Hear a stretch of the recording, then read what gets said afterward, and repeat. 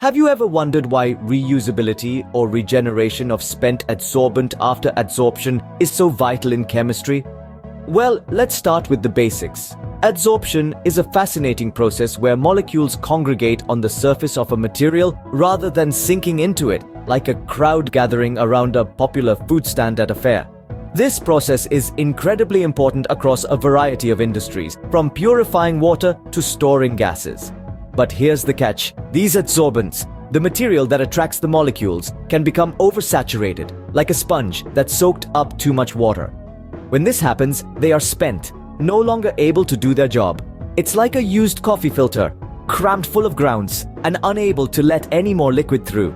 Spent adsorbents pose a significant challenge in terms of both cost and environmental impact. So, what can be done? Spent adsorbents are not just useless, they can also be a problem. But why is that? Well, let's dive right in. Firstly, there are economic implications. Adsorbents, once spent, don't just lose their functionality, they also become a financial burden. Why? Because replacing them costs money. And in industries where adsorbents are used in large quantities, these costs can quickly pile up. But it's not just about the money. There's also the environmental aspect to consider. Disposing of spent adsorbents isn't as straightforward as tossing them in the bin. Many of these materials are hazardous and require careful handling and disposal. Improper disposal could pose significant environmental risks. Moreover, spent adsorbents can become a source of contamination themselves if not properly dealt with. This can lead to pollution, posing a threat to our health and environment. It's clear that dealing with spent adsorbents is a complex issue, but solutions do exist. Regeneration, the process of restoring spent adsorbents to a reusable state, could be the answer. But how does it work? Let's dive in. Imagine you have a sponge that soaked up all the water it can hold. Now, if you squeeze it, that water gets released and you're left with a dry sponge, ready to soak up more water. That's essentially what regeneration is, but on a molecular level.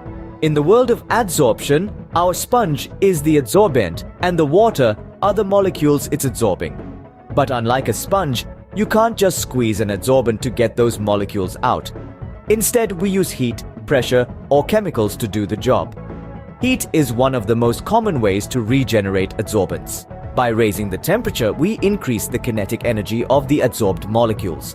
As they start moving around more, they break free from the adsorbent surface, leaving it ready to adsorb again. Pressure is another tool in our toolkit. By reducing the pressure around the adsorbent, we can make it easier for the adsorbed molecules to escape into the surrounding environment. It's like opening a door for them to leave.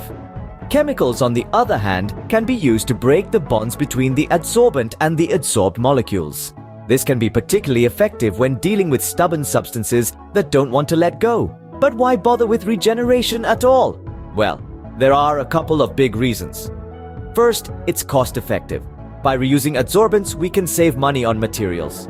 And second, it's environmentally friendly.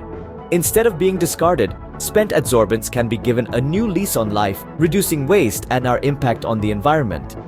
Regeneration of spent adsorbents provides a sustainable solution to a pressing problem.